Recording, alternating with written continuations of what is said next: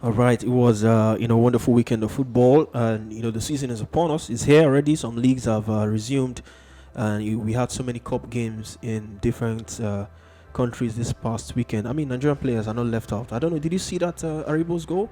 Did you see that goal? Yes, I did.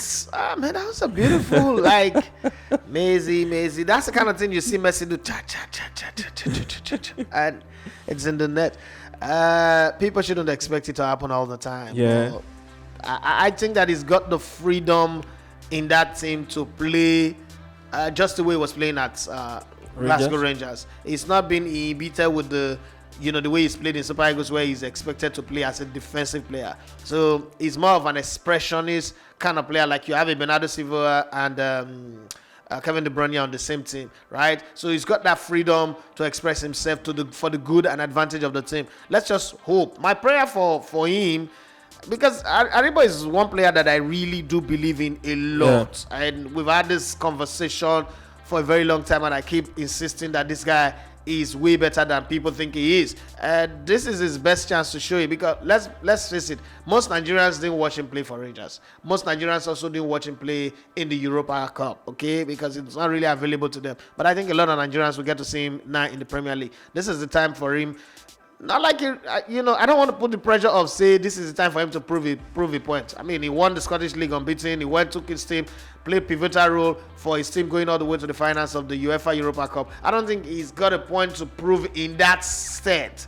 But as a human being, as a career person, every single day you have a point to prove. I can't come to the microphone and say I don't have a point to prove again as an analyst. Every single day is a new one, is a new opportunity. Yeah. There's a new person who's listening to me for the very first time. I can't take that for granted. So it's the same thing for him. He has to know that if this career, as good as he's done for Rangers, across all competition, the FA Cup, the League, and Europa Cup, he's still at the beginning of his career. So what he's doing at Southampton right now this is not a winding down. This is another step in the elevator ladder to go up, and good performance could open him to Liverpool, to Real Madrid, to Barcelona, to any of the big clubs, Bayern Munich and the rest of them. So he needs to sustain a consistent performance at this level for people to really say, okay, wow, he's actually what it is. It's not a dead league, Scottish League, sorry. It's not a Scottish League good player. Where is he playing? He's playing in Scotland, where people don't really play, where everybody play with two left legs. But he's playing in the Premier League, and if he distinguishes himself on a consistent basis,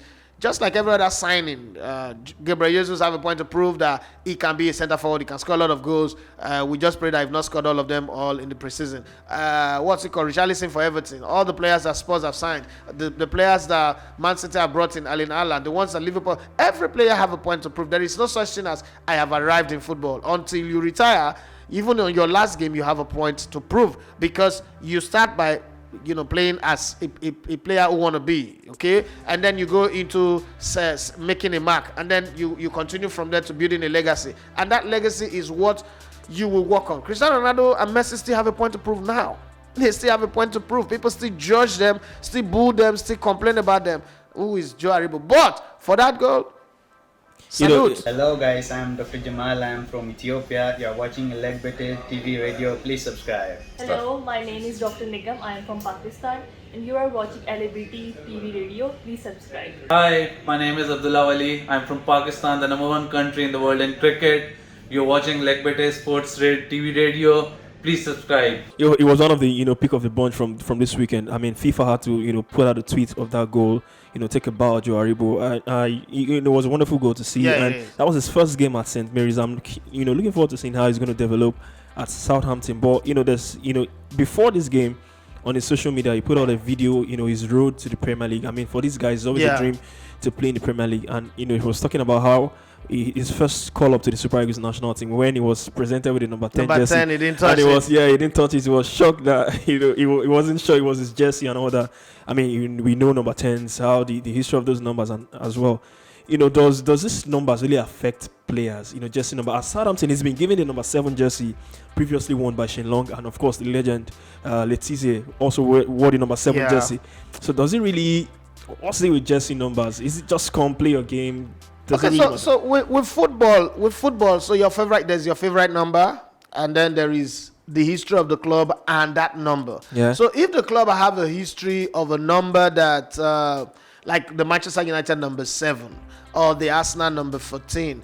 It wasn't important until Thierry Henry wore it anyway. But then all of these numbers, people coming and going, and then if there is an established line, the number 10 at Arsenal as well, there's an established line of heroes that have wore it. Yeah. You're going to come in with the high expectation that everybody expects you to come in, wear that jersey, and perform at the consistent level that the players that have won it before have put up. Because if you come in and you don't put in that performance, it is seen as disrespect to the heroes of the past, the club's heroes of the past that have won that jersey and won it with pride. Okay, so if you wear Manchester United number 7, you're not expected to fail.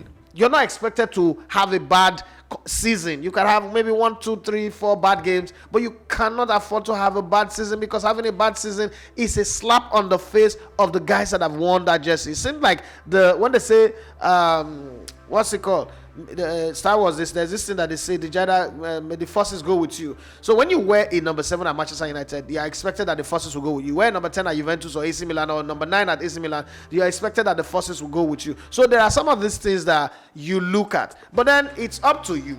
Whatever it is you do, it's up to you to prove your mental. Okay, you can decide to be your own man. David Beckham and Cristiano Ronaldo are not the same. The same way David Beckham and Robson are not the same. The same, way different players come in and go with the jersey numbers that they wear. But one thing that is clear and certain is the fact that you have to live up to the expectations that is tied to that jersey, because football is fueled by passion of the fans, and they are passionately connected to their heroes in such a way that if you show up with a personality or an attitude that makes them feel like you're not respecting the jersey, then it becomes like a cause. The fans now throw it back to you and start stoning you for wearing. I remember Gallas wearing Arsenal number 10 one time, and I was like, what the heck? How do you give a Dennis Beckham jersey to a Gallas? Okay, not like Gallas is a bad player, but that just destroyed the whole value of what Dennis Beckham, who made 2 top goal scorers. So whatever jersey number they give you, eventually you're going to either prove yourself or show that you're not good enough. All right, for Joe Aribo, if you don't know, here you have it now. He's been handed the number 7 jersey out Southampton, and they kick off the Premier League campaign against Spurs this weekend, and hopefully he goes on to have a brilliant season right there with the Saints at the St. Mary's Stadium in the English Premier League. You are listening to Elegbete TV Radio.